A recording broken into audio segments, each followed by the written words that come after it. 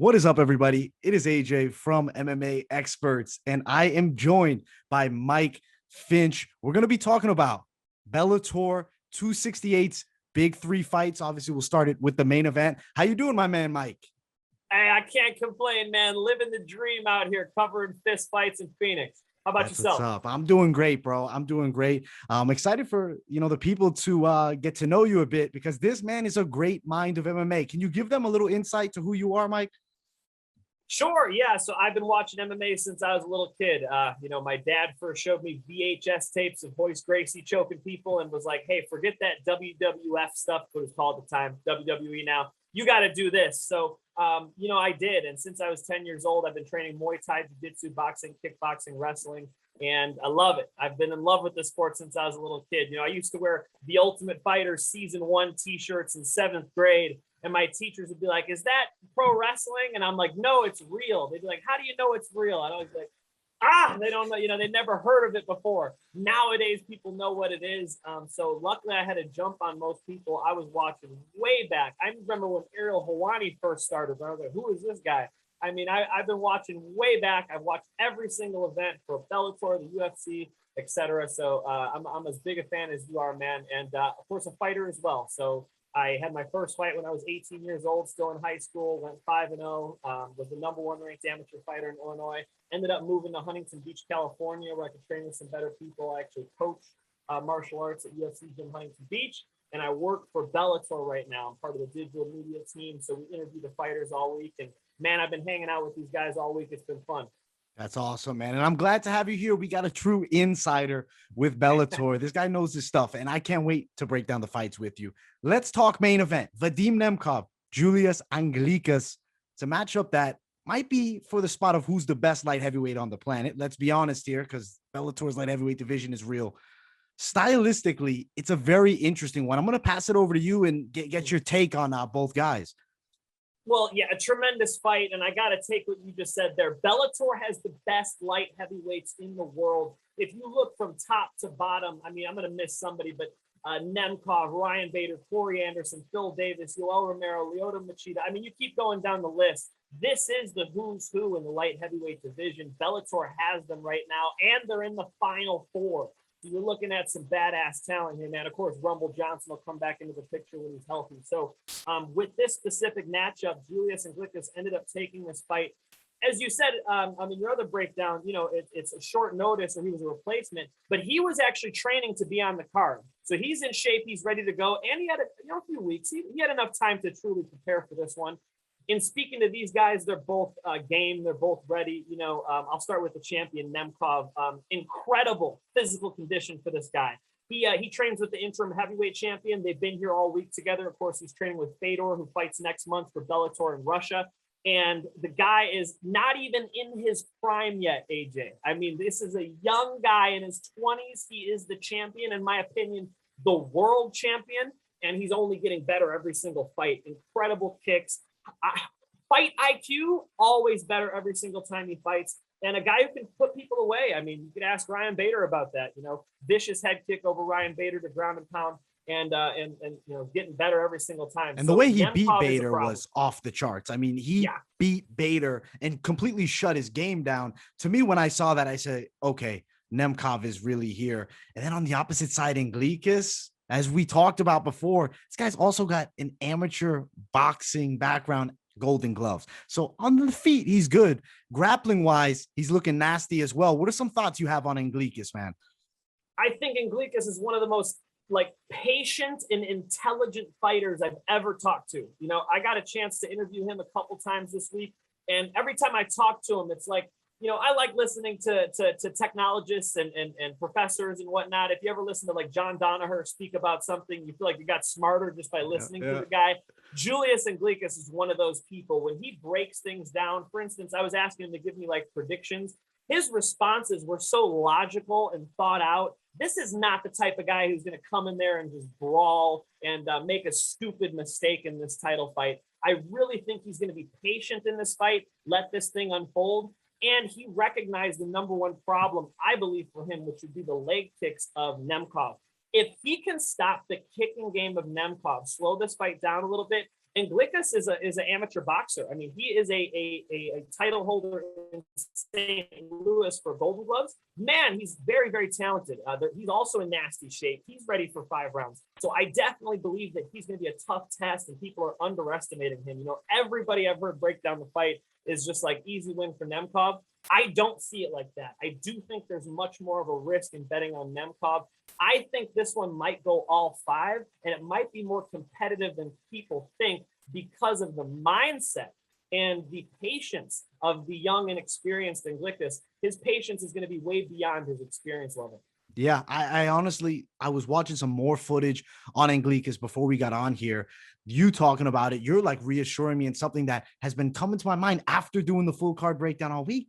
Anglickas is here and he's shredded. This man is in incredible shape.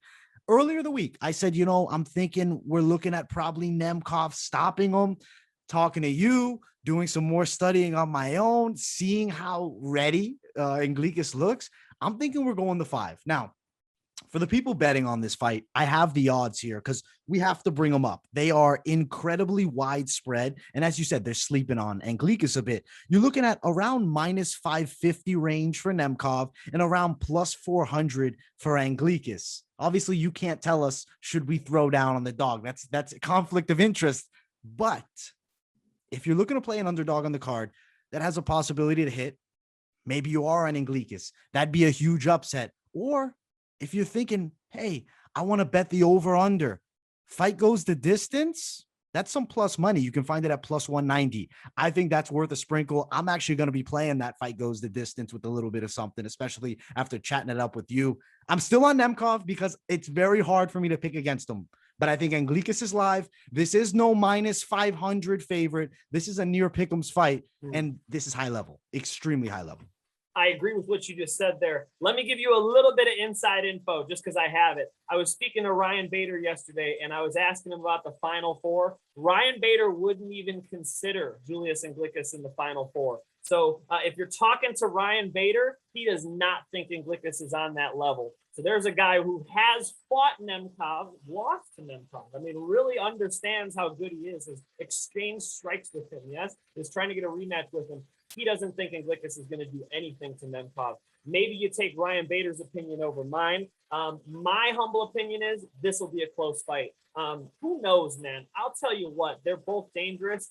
And if you're going to give a danger advantage, Nemkov. Nemkov is more likely to finish this fight. When I watch Anglickas, I'm thinking of like a Pat Curran. If you guys remember Pat Curran, he fought for the world title. Very, very tight, very, not a lot of risk. I think that's the type of fight we're going to see in the main event. Yeah, I think it's going to be awesome too. I can't wait for it. You got me more excited as we talk about it. That's my job. You're doing a great job, man. And I'm pumped. I'm pumped. And for the people watching, if you guys haven't yet, smash that like button, subscribe if you guys are new too, and let's jump to it. The co-main event, which is another fight in this Final 4. We got Corey Anderson, who has really stepped his game up tenfold since jumping to Bellator, 2-0 there versus Ryan Bader. What a fight. Exciting matchup, right? And it's interesting because both guys were like right there trying to get that UFC title shot. Unfortunate circumstances, actually both lost first round knockouts in their number 1 contender fight. Interesting random note.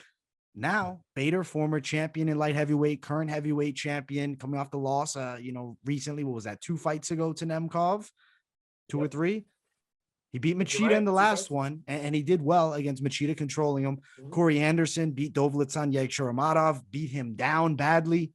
How you feeling about this fight? I love the matchup. And Ryan Bader's gassed up to be in Phoenix, man. He's, he went to college here. He's a Sun Devil. He lives 45 minutes away. He could be sleeping in his own bed if he wants to. So you got to go home field advantage for Bader. Man, what a good fight. I really like the matchup. I think they're going to push each other.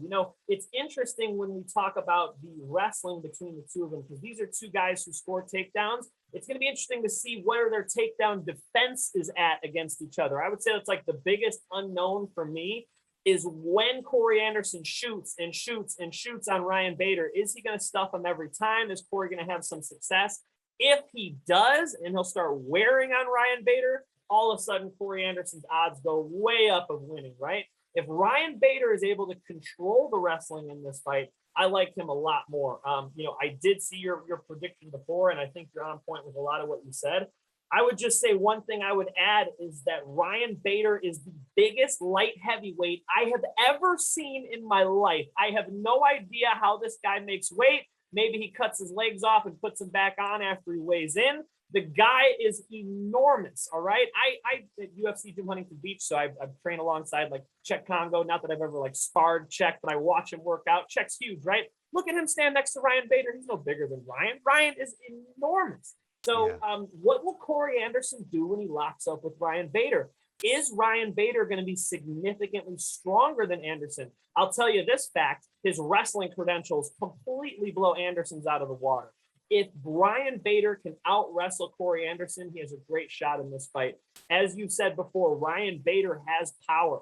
Ryan Bader knocked out Fedor with like a jab hook type of a thing, right? So, the guy can end fights. And I'll tell you what, he's confident. He seems in a good mental place. I've been talking to him all week, and he's had his coaches around him, had friends and family in contact with him. Everybody's coming out to see him fight this Saturday. The guy is definitely confident. He's not somebody who has a negative mindset or is towards the end of his career and cashing out. Absolutely not. Ryan Bader is here to win this tournament. Make no mistake about it. Let's talk Corey Anderson.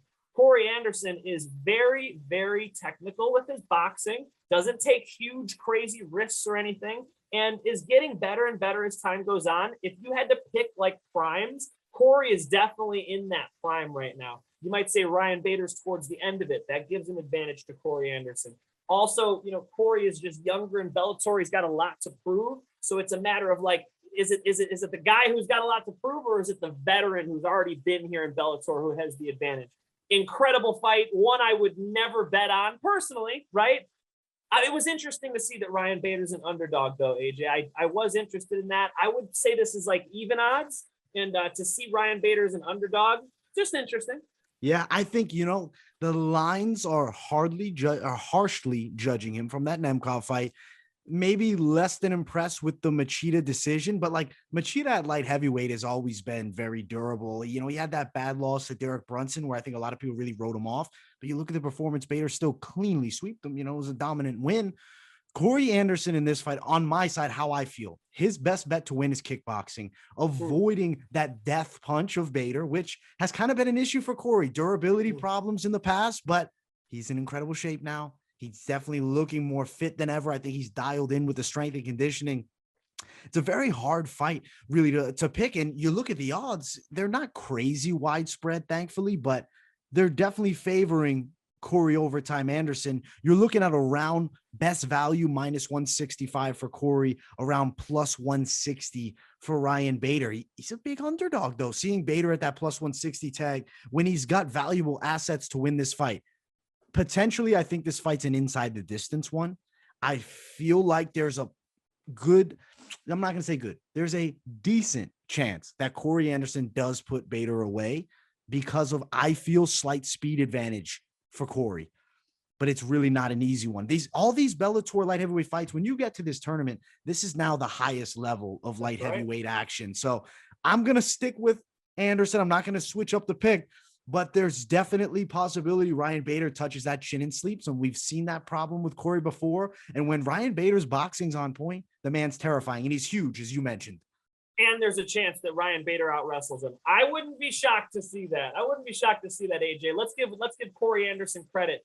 Despite the durability issues you've brought up, which is valid, there are few humans who work harder than Corey Anderson. And a big part of recovery is actually cardiovascular strength. How in shape are you? If you guys who enjoyed the Tyson Fury, Deontay Wilder slugfest over the weekend, look what happens with the big man, Tyson Fury. Yeah, he's fat. The guy does not get tired. It helps him recover really fast. You might hit him. He might fall down. He's going to pop right back up and whoop your ass. So it's a big piece of recovery is actually how in shape you are. Corey Anderson has that plugged in. Yeah, I agree. I'm riding Corey. It's a crazy fight. That's going to be a fantastic co-main event. And I love that one. We still got more. We got one more. We're going to talk about that featured bout of the night, which the lines would agree. It's actually a pick'ems. This is the one fight where the lines are definitely kind of on point here. As of right now, you're looking at Benson Henderson, the slightest of favorites, around -115, to Brent Primus at about +105. So it's even money essentially on either side. It's an interesting matchup for me because I've never been like superbly impressed by Primus's striking, but his jiu-jitsu is fantastic. On that fight with Islam Mamedov, I know the top control, right? That tends to score more than attacks from the bottom. But even though Primus is on the bottom, he's throwing up consistent submission attempts. Benson Henderson is not a guy that's easy to tap out. How you feeling about this fight? Because this is another one superbly close. Let me give you a note right there. So Benson Henderson and the Dagestani that just controlled Brent Primus, they're so different, right? When Primus was trying to throw up the omoplata, gogoplata game, which he's so good at, I'm sure you've seen his gogoplata victory previously. That wasn't working on the Russian, on the Dagestani, because he was so content to just be patient and hold and stay in place. That's not Benson Henderson. Benson Henderson is like water. He's always moving. He's always trying to go for the finish, right? He might get clipped. He might be down. Now he's in on a shot. Now he's up kickboxing. The guy does not stop. He's the Energizer Bunny in that cage. And I think it's a totally different grappling matchup than what we saw with Primus in the last fight. So if you guys had issue with Primus getting out grappled against the Dagestani, totally different grappling style matchup. I would never predict that Benson Henderson would just get in guard and hold. That is just not Benson Henderson's style. Yeah. And he's been in some badass fights that could lend credit to that. I think it's very interesting. I talked to these guys about each other pretty extensively. I was showing Benson Henderson the gogoplata finish of Primus, and he kind of wrote it off, said, hey, I'm going to posture up. I don't want to put words in his mouth, but essentially like, that's not going to happen to me because it's more of a trick move. And I'm a more of a bread and butter. I'll guillotine your rear naked choke you type of thing. Same thing. I showed the guillotine over to Primus, and he was not impressed. Primus has grappled pretty extensively. For you guys who saw him grapple against Craig Jones recently, he's actually armbarred Jake Shields, if I'm not mistaken. I mean, the guy's got some legitimate wins in pure grappling. I want to challenge you about the striking. You are disrespecting my man Brent Primus' striking, AJ. Listen, sleeping on him. I'm sleeping on him. The calf kicks against Michael Chandler were incredible. No, you're right. You're right. You're right. You're right. You know what? The calf kicks are fair. We got to jump at it. The calf kicks. Maybe it's my boxing bias. The hands weren't too crispy in there, but I will give credit where it's due, and especially this matchup. Benson Henderson, not a knockout puncher, a volume guy, nasty calf kick. I mean, I feel like Benson Henderson, he's the creator of the calf kick, right? Would you say? I feel like he is, right? He's definitely crazy up there. He was one of the first guys I saw use it in the UFC. You're right. That's Joe Rogan at least gave him credit on the mic when he started using those in the UFC. But you know what? He's against another calf kicker, because Primus's calf kicks against Michael Chandler, maybe never seen calf kicks more effective. It was insane how Michael Chandler's foot was just going all types of different ways in that fight. They should have stopped that thing sooner. That is a weapon no matter who he's fighting, even calf kicker Benson Henderson. It's battle of the calf kickers. Now, I'm picking Brent Primus. I'm on Primus, even if I doubted the striking a bit. I think that the superior grappling game, I think Benson, even though the guys age, right, they're like a year apart, 37, 36, I just feel Primus has a little bit more to give. I feel like he's still like top of the line, maybe potentially could work his way to the title shot. I know the Dagestani kind of held him up, he held him down, but it's not like that was a one-sided beating. It was a split decision. I know people were upset with the split call, at least some of them, because it was top control, but I don't know how you feel about that scoring wise. If you're very active off your back, I feel like that should count for a little more. It tends to be like top control winning, bottom guy losing regardless of what's happening. That was the old conversation in Pride. Back when Pride FC was the rival to the UFC and Pride had all these tremendous athletes, they would score more fights for the man who was active off of his back. They would give more credit, it seems, to fighters who are trying to attack with submission. That's what Primus was doing against the Dagestani. He was definitely trying to finish the fight, as to where, Khabib was in the corner and was asking for more, but his opponent simply was not trying to finish the fight. I could see some scoring that way. Now, look, I would have to rewatch the fight before I could get over here and start telling the judges that they did it wrong. However, I would definitely say that there is some credit to the man who's trying to finish the fight. Too often do I see somebody on their back not trying to finish the fight, and that's justified. If you're just going to hold on your back, sort of like Conor McGregor when he gets taken down or something, and you know, getting beat up off your back, yeah, of course the other guy's going to win the round. But if you're on your back like Fabricio Verdum, throwing up triangles, trying to submit Fedor, that is how they win the fight. I mean, these guys are both dangerous off of their back. They're both active off of their back. So again, totally different matchup. I don't know how you would score that one. Certainly he had a problem with the wrestling. Brent Primus had a problem with the wrestling in that last fight. Is Benson Henderson a better wrestler? That argument could be made. Is he a more well-rounded striker? That argument could be made. I think you hit a nail on the head there, though. Primus is hungry. I mean, talking to him all week, he has that youthful energy, right? When you talk to Benson Henderson, you can tell the guy's been a world champion for over half a decade. You know, I mean, he has been on top of the game. He's been there, done that. He's got kids. I don't know, just he seems more mature, right? And you know, I was talking to him today. He's got a black eye, and you know, clearly trained hard for this fight. But you know, if you were going to ask whose fire is burning hotter, I'd have to lean Primus in that example too. That's my breakdown. Of course, I try to stay away from the whole predictions thing, being that I work for Bellator. But what I can tell you guys is these guys are both pumped up. I get a lot of energy from Primus. Primus is really confident that he will finish the fight. And he was very adamant when we talked that he will get a finish in this fight. So if you trust Primus, he's telling you to bet finish. Brent Primus, submission. What's the prop? We're going to have to pull it up. I'm going to have to see it now because I feel like submission would be likely, right? If he's looking for that finish, we're looking at value Primus by submission plus 650. Brent Primus should never be plus 650 for a submission. This man's a master of submission. If you armbar Jake Shields, come on, man, you're a master. I think that's a good like Hail Mary type prop for the people betting out there. There's good money to be made on this Bellator card. If you guys haven't seen the full card breakdown, I'll link it in the description. That was a lot of fun, Mike. I hope you enjoyed. I want to pass it to you, though. Let the people know, where can they find Mike Finch if they want to see more of you? Yeah, Mike Finch MMA on Instagram, guys. I'll be adding more to my YouTube page here. I think it's just /Mike Finch. If you just type in Mike Finch MMA on YouTube, you'll have some content. You can watch me interview Eddie Bravo or Chael Sonnen or Michael Bisping, or you know, I've talked to a lot of fun people. So go check their stuff out. Check out my YouTube channel if you guys don't mind subscribing. We'll be putting more content out. And of course, you know, Twitter, Instagram, Facebook, Mike Finch MMA. You guys can find me. I'll have an interview with James Gallagher coming out before his next fight. That was a groundbreaking interview, AJ. You're going to really like that one. He breaks down the Patchy Mix fight. So for those of you who are betting on that fight, that's must-watch material. And we got deep, man. We talked about mental health and some anxiety attack he had before. And, you know, it was fun. So definitely check that out, guys. We'll be putting that up on my YouTube next week. Looking forward to it, man.